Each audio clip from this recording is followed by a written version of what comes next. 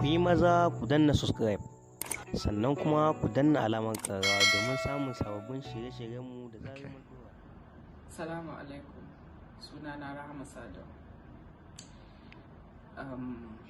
Ina yin wannan bidiyon ne saboda in yi magana akan abubuwan da suka faru a kwana ɗaya da kwana biyu da suka wuce. Abu ya taso akan hoton da na saka, kuma abun ba mai daɗi ba ne, kuma duk wanda ya sani yake bi na ya san cewa ba zan taɓa yin abin nan har cikin zuciyata ba kuma da niyyar, ban kuma saka wannan hoto da niyyar abin da ya faru ba. Hasali ma ban ma san ya faru ba sai da aka kira ni aka fara gaya min cewa ga abin da yake faruwa.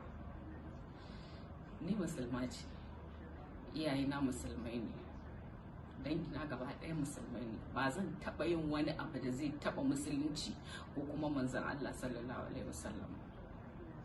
Wannan mutanen, ko kuma in ce mutumin da yi wannan furicin a ƙasan hotona, duka idan muna bibiyan abin da yake faruwa a duniya mun san cewa muna cikin wani situation yanzu da ake yakar musulmai. So mutum yana neman wani gaba ne kawai da zai samu ya ci mutuncin musulunci, sai kuma kaddara ta fada a kan hotona. Ni ina ɗaya daga cikin waɗanda suka yi ta yakan abubuwan da ke faruwa a Faransa. Duk wanda yake bina zai gani. Ni ba mahaukaciya ba ne, ba ni da dalilin da zai sa in yi supporting ko kuma in bi wannan abin da wancan ya je rubuta a ƙasan hotona. Amma dai kaddara ya riga fata. Duk ma dai abin da ya faru ne a dalilina. Ina mai ba wa daukashin al'umma haƙuri. Wannan abin ya fi min ciwo fiye da komai, ya fi min ciwo fiye da kowa.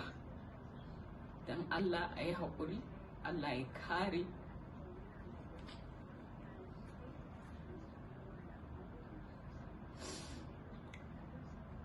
Mu yi haƙuri,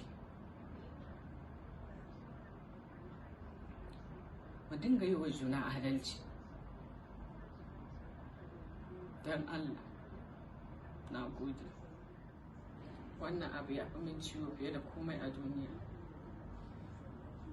Ina ba wa ɗaukacin Hausawa, abokan aikina da musulmai gaba ɗaya na duniya haƙuri akan abin da ya faru. Kuma in Allah ya yarda hakan ba za ta taɓa faruwa ba, ba zai sake faruwa ba in Allah ya yarda.